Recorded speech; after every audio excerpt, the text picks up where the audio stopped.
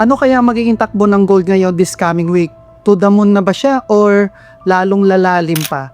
Yan ang pag-uusapan natin sa video na to. Kung ready ka na, let's go!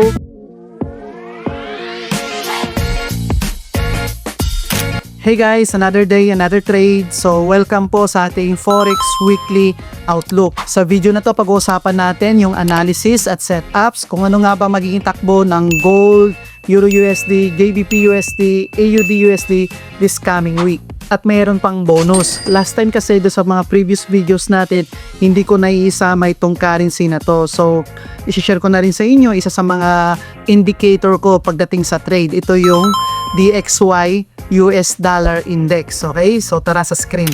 So, ito guys, ito yung tinatawag nating DXY or US Dollar Index. Bago ako pumunta doon sa gold, sa Euro USD, sa JBP USD, AUD USD, or iba pang mga major currency pairs, ito muna yung unang tinitignan ko, itong DXY. So dito sa DXY, dito ko malalaman kung yung US dollar ba ay pababa or pataas. Kapag DXY pababa, yung other pairs against dollar is pataas. Nandito tayo ngayon sa monthly time frame. Titignan natin ngayon kung ano yung momentum ng US dollar. So kung mapapansin nyo guys, ito yung overall market structure ng US index or yung DXY. So bullish talaga siya. So kung titignan natin yung supply and demand, dito sa area na to, ito guys dito sa area na to, dito nagsimula yung pagtaas ng US dollar and then nag-retrace back siya dito sa area na to, umakyat, bumaba. So kung sa supply and demand, dito siya nagsimula, so most likely na yung price is sa monthly time frame, kung titignan natin, possible na bumaba dito para mag-retrace back siya dito sa demand zone na to bago siya lumipad. Or posibleng pagdating dito sa area na to, magtuloy-tuloy na siya. Ito yung monthly time frame natin pagdating dito sa may DXY. So zoom in natin. Ayan. So dito sa monthly time frame in DXY, nagkaroon siya ng rally or ng ranging. So ito yun guys kumbaga, nagkaroon ng range. Dito lang siya naglaro, akyat baba, akyat baba. So pagdating sa strategy na supply and demand or smart money concepts, kapag ganito kasi ang sitwasyon, hindi po natin to tinitrade. Kumbaga, mag-aantay pa tayo ng another confirmation. Alright? So ito yung monthly time frame, naka-range po siya. Alright? And then, baba tayo sa weekly. Tignan natin kung ano yung mga other confirmation. So sa weekly time frame, bearish siya. Ito, bearish. Okay, so ito, liquidity to, sell side liquidity. Ayan, lagyan natin ng label. At then sa taas, ito yung buy side liquidity. So kung gagamitan natin to ng Fibonacci tool, magmula dito, umakyat siyang ganyan. Ayan, and then nag-retrace back siya dito sa tinatawag nating discount zone or OTE, Optimal Trade Entry. So ito yan, Optimal Entry Zone. So possible na bababa yung presyo dito sa area na to para umakyat at i-take out niya tong previous weekly na swing high, or possible din na lalo pa siyang bumaba. Okay? So titignan natin this coming week, starting Monday, kung ano yung maging takbo ng DXY. Tingnan natin sa daily time frame. So sa daily time frame, ito siya. Nagkaroon dito ng supply. So bumaba siya sa area na to. And then, nag-retrace back. So kung supply and demand ng strategy natin, possible na pwede tayo mag-antay ng sell confirmation dito sa area na to para mag-take tayo ng sell entry setup. Okay, and then yung take profit natin, it's either sa area na to. Okay, so tignan natin sa 4-hour time frame kung ano yung mga setup na, kung ano yung confirmation na pwede niya pang itikay. Ayan. Okay, so kung lalagyan natin ito ng Fibonacci tool, andito na yung price ngayon sa may OTE zone, dito sa may premium zone naman siya. So kung sa supply and demand na may halong SMC, mag-aantay tayo ngayon dito ng confirmation. Ano yung confirmation na yon? It's either ganito ganyan. And then, pababa dito sa area na to. So, i-take natin tong take profit dito sa area na to. Sa ngayon, ito yung momentum ng DXY. Dito sa daily time frame, bullish siya. Possible na kunin niya tong area na to. So, kapag yung DXY pataas, most likely na yung other pairs against US dollar or major pairs, pababa. So, titingnan natin guys kung ano pa yung mga ibibigay niyang confirmation. So, sa DXY, sa daily time frame, pataas siya. So, binalikan niya tong supply zone na to. And then, kapag may nakita tayong confirmation dito sa area na yan, at pag bumaba to, magti-take tayo ng buy or long position doon sa other major pairs. Okay? So, let's go sa gold. So, dito sa gold guys, ito, pinaliwanag ko na to sa previous video natin na ito yung A+ setup natin. So, pwede nyo pong screenshot yan para at least later o meron kang basis. So, dun sa last week natin na Forex Weekly Outlook, ito yun, no? Ayan, daily. So, nung umakyat yung presyo last Wednesday, Tuesday, Monday. Ano pang presyo dito last Friday? December, Monday, 2022, 23, 4, 5. Okay. So, last Friday, yung presyo dito sa area na to, ngayon, doon sa Forex Weekly Outlook natin, inanalyze natin yung takbo ng gold.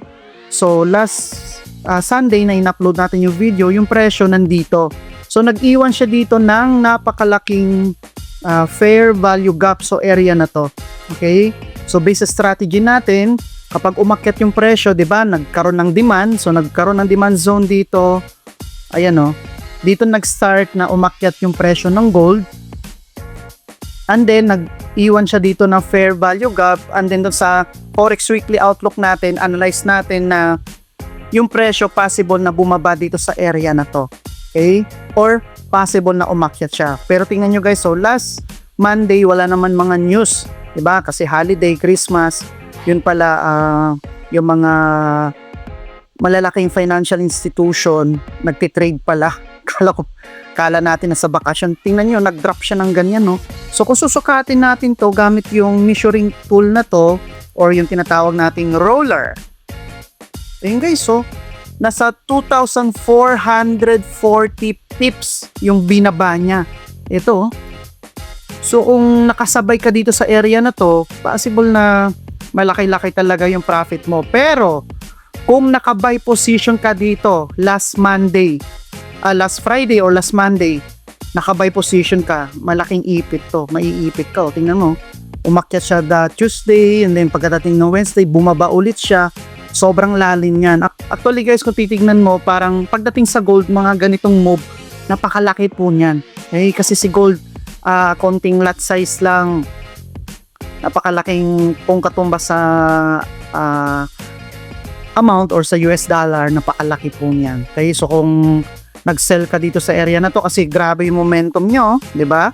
So, pagdating na Monday, nag-drop siya or nag-deep dive ng alos 2,440. Ayan. So, ngayon, tama yung analysis natin last week na bababa talaga siya dito sa area na to. Pero sumobra-sobra hanggang dito sa demand zone na to kung saan siya nag-start. And then, nag-rally siya dito sa area na to. Kumbaga, kung titingnan mo, range din to guys. Ayan no. So, pagdating sa supply and demand, pag may range, alos hindi tayo nagtitrade. Pero kung scalper ka, syempre, pag scalper may sariling strategy din, kayang-kaya nila to sabayan sa mga scalper trader. Right? So, dito sa 4-hour time frame, tignan natin kung ano yung move. Dito sa area na to, pagbaba niya dito sa level na to, nasa 4,300, umakyat siya, and then nag-drop, and then umakyat, hindi pa niya to nabi-break itong previous swing high na to sa 4-hour time frame, and then bumaba. Okay? Pero, if ever man na i-break niya to this coming week, halimbawa na-break niya tong previous swing high na to, mag-antay tayo ng another confirmation dito sa area na to bago tayo mag-take ng long position. Okay? So, dito tayo mag-antay sa demand zone.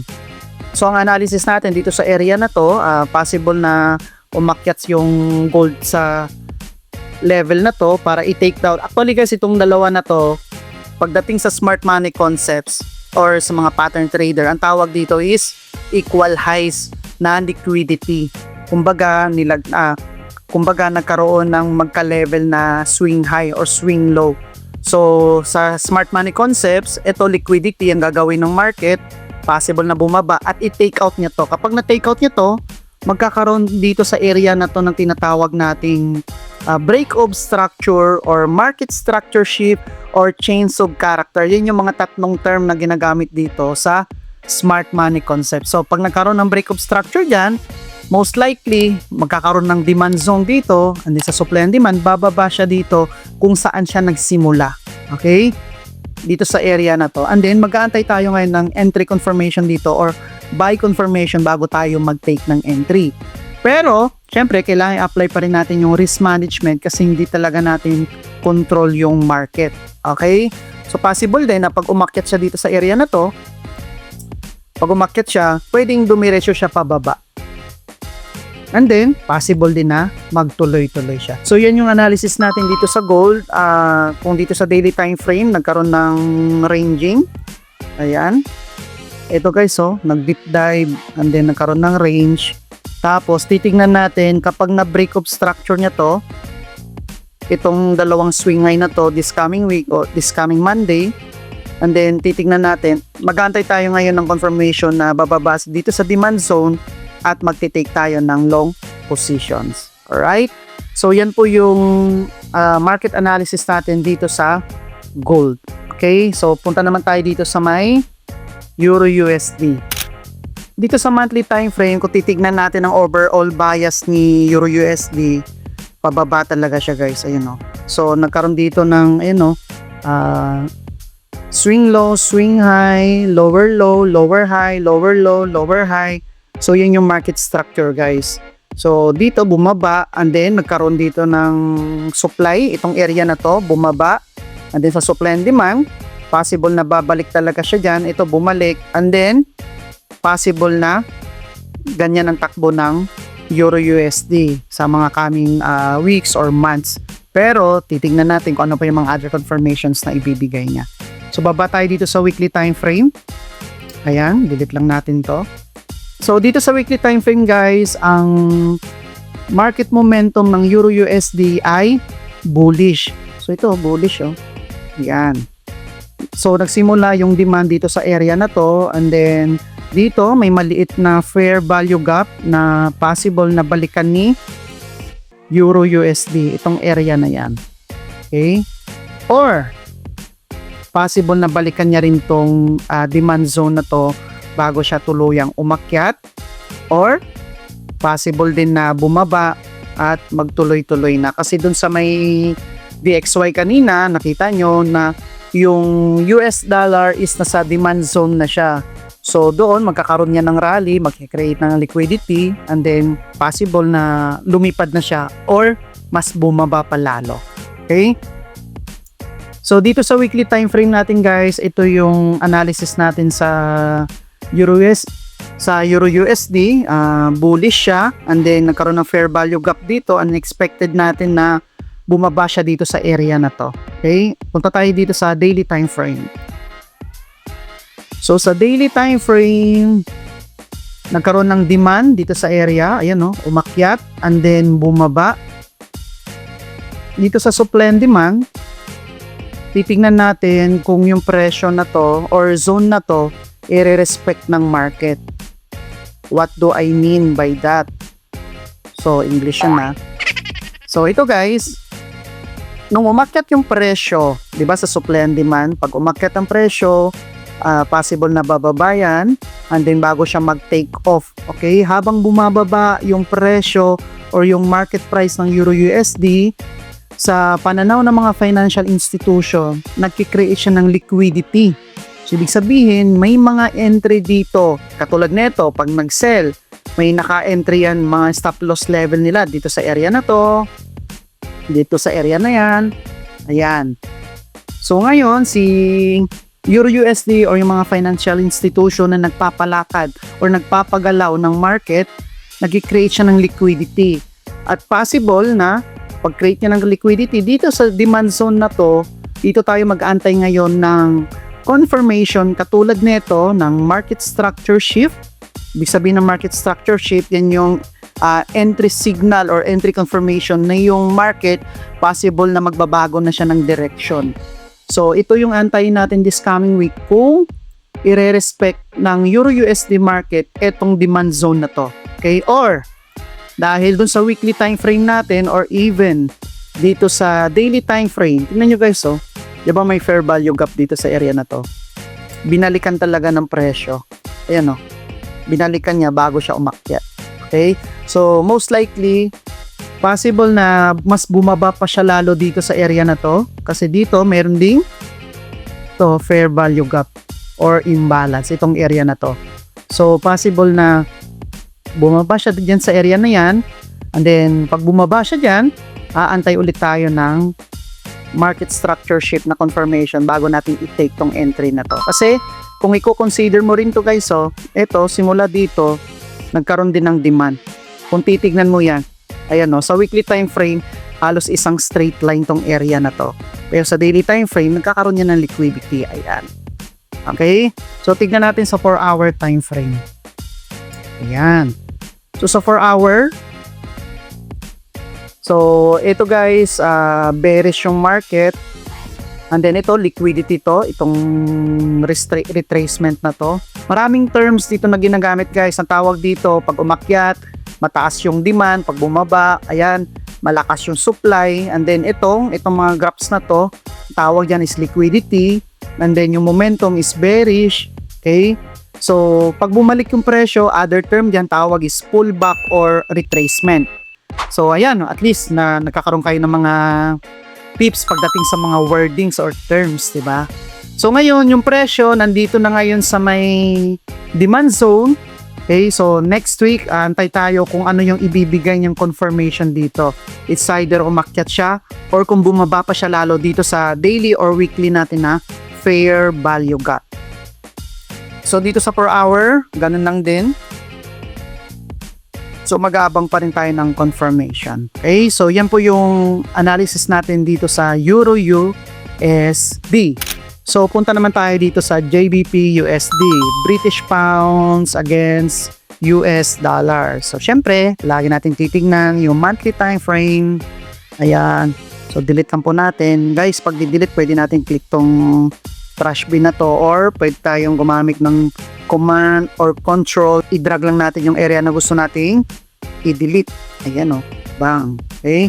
So ito, ba't hindi to na-delete? Ayan. Alright. So dito sa monthly time frame, kung titignan natin ulit yung overall momentum. Okay. So bearish talaga yung market. Ayan o.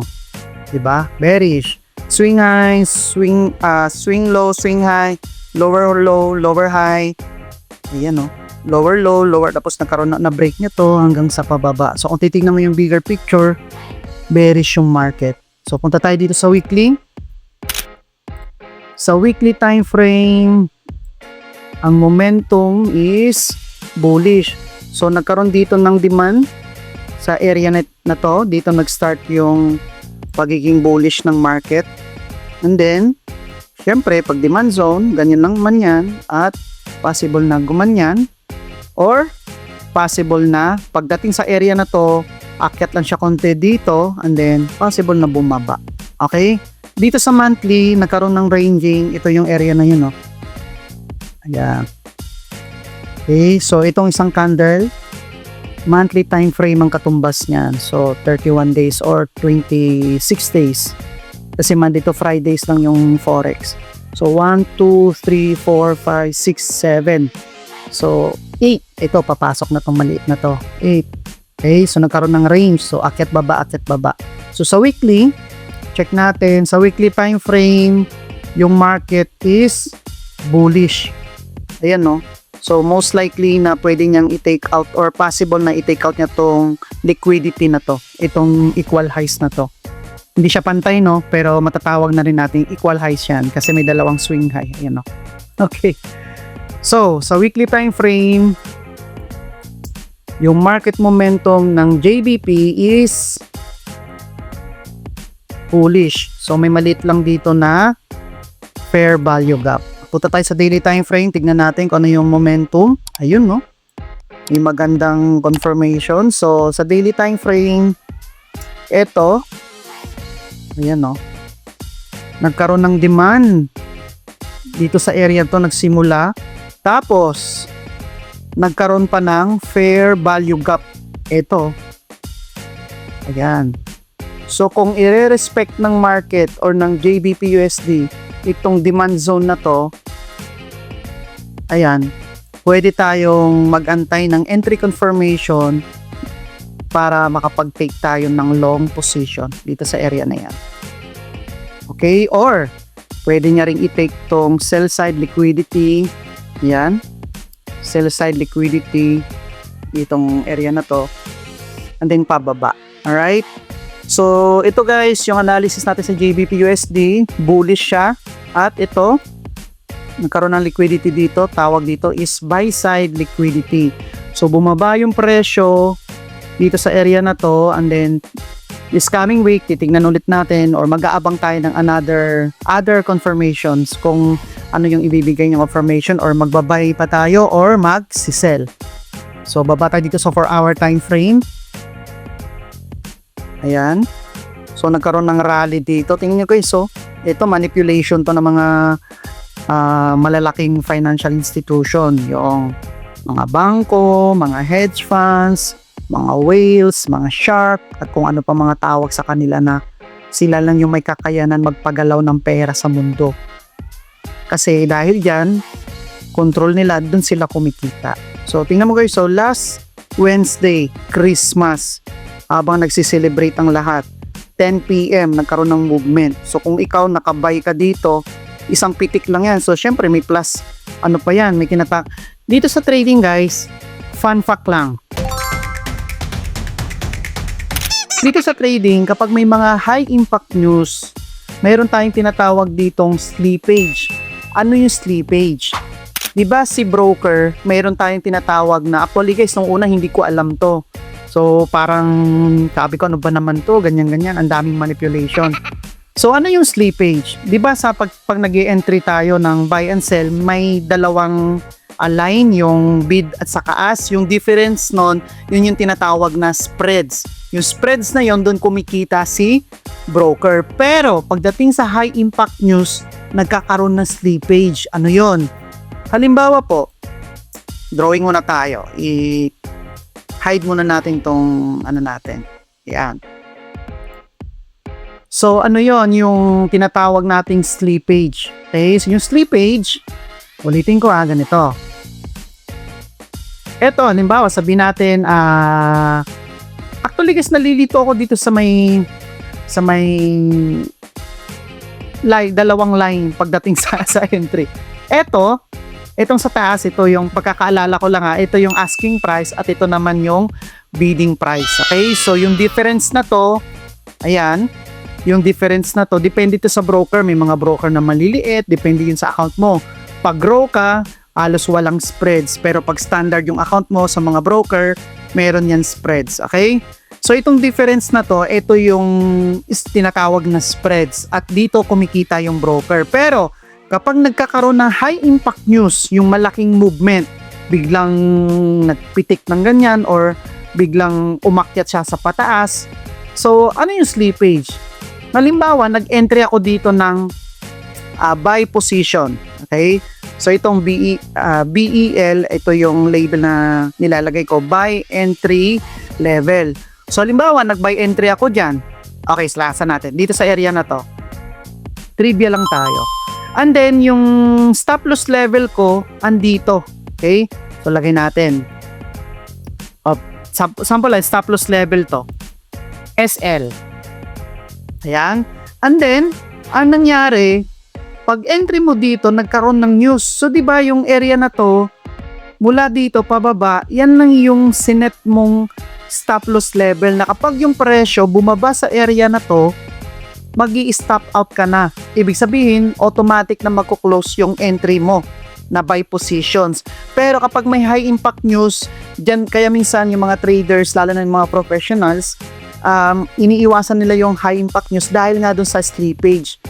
Kapag nagkakaroon ng slippage, etong stop loss level na to, imbis na mag-stop loss yan, halimbawa, $20 lang yung nilagay mo ditong amount. Na kapag na-hit niya yung level na to, ang loss mo lang is $20. Pero kapag may slippage, ang nangyayari guys, yung stop loss level mo, sumusobra. Minsan bumababa pa siya sa ganyang area. Kaya yung $20 na sinet mo, minsan umaabot yan ng $30 or $50. Ganyan.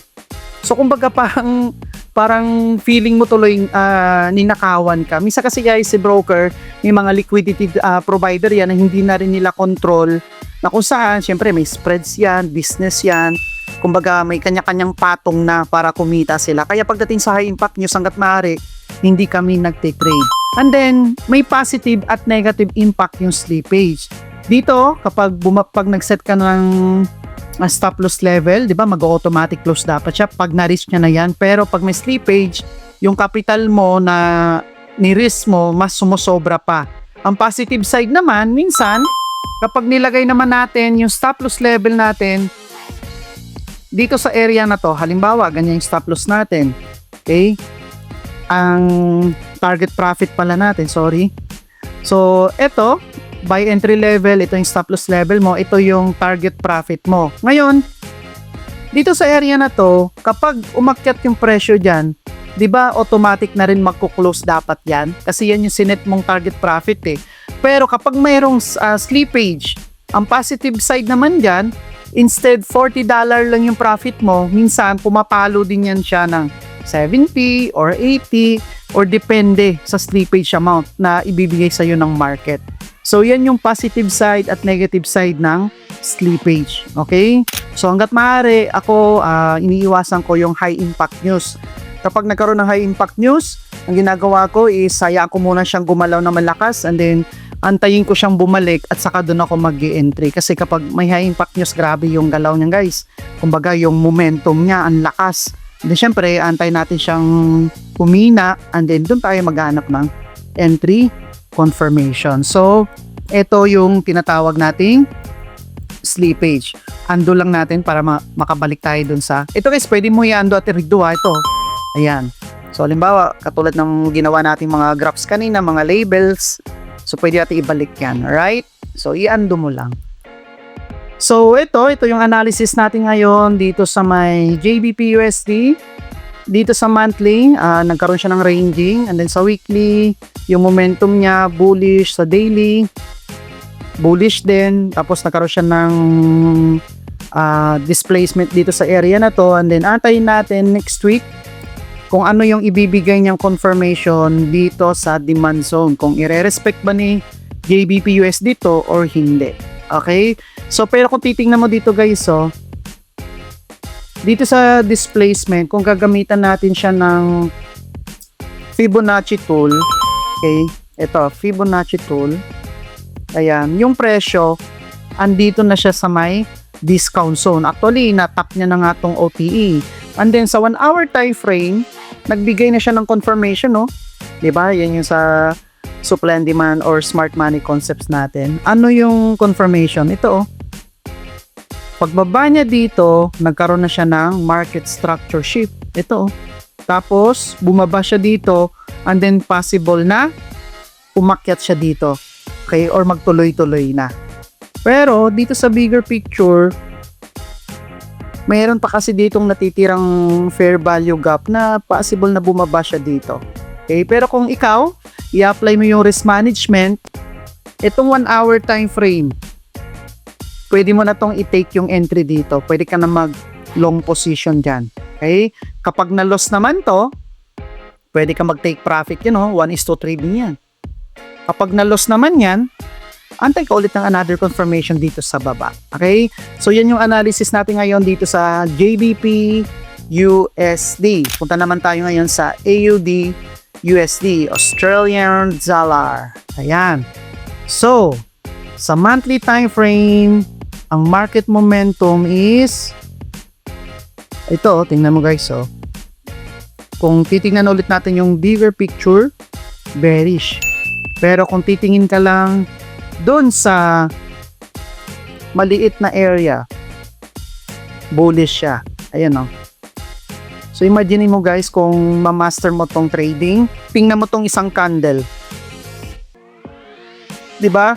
Tingnan mo ito isang candle, momentum. So within itong isang candle na to, katumbas na ito isang buwan. So within that month, kung na-master mo na yung strategy mo, pwede ka magkaroon ng paldo-paldo na income diyan. So tingnan mo within that month, puro long positions lang yung i-entry mo. Okay?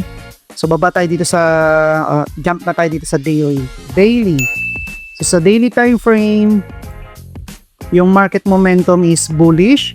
So nagkaroon ulit ng displacement mula sa area na to papunta dito. So ngayon, titingnan natin kung ano yung ibibigay ni AUD/USD na confirmation this coming week. So, 'di ba sa supply and demand, pag may displacement, possible na bababa siya yan sa area na to. And syempre, dahil matalino yung mga financial institution, magki-create yan ng liquidity at possible na karoon tayo dito ng liquidity trap. So, ito, ganyan, at possible na magtuloy-tuloy siya pababa. Kasi dun sa may monthly time frame natin, yung momentum is bearish talaga. Or, kapag bumaba siya dito, titingnan natin kung ano yung confirmation na ibibigay niya. So, for our time frame, so nagkaroon ng displacement dito, pero hindi niya na take out itong swing high na to, itong area na to, ano bumaba. Alright, so guys, sa ngayon, yan yung Forex weekly outlook natin dito sa gold, Euro USD, JBP USD, and AUD USD. So dito sa AUD USD, sa daily time frame, bullish yung market, and then mag-aabang na tayo kung ano yung pwede nating habang pabalik siya dito sa area na to. Minsan kasi guys, kapag uptrend or bullish yung market, ang tinitake lang natin na entry is puro buy positions or long positions. Pero minsan, dahil nakita natin na may malaking displacement dito sa area na to, mayroong fair value gap, possible na bababa siya dito sa area na to. So habang bumababa, pwede tayo mag-take ng mga entry dyan, 1:2, 1:1, kapag may nakita kang mga entry confirmation. So katulad nito. So based sa strategy ko, wala akong makitang magandang confirmation, kaya dito talaga ako mag-aabang ng buy positions dito sa area na to. Alright? So guys, yan yung Forex Weekly Outlook natin, yung analysis natin or magiging setup natin this coming week. So titignan natin kung ano pa yung mga other confirmations. So, kung bago ka pa lang sa channel, huwag kalimutan mag-subscribe and then i-click mo na rin yung notification bell para updated ka sa mga upcoming videos natin katulad nito. So Happy New Year sa lahat at kita-kits po ulit tayo sa next video. Let's go!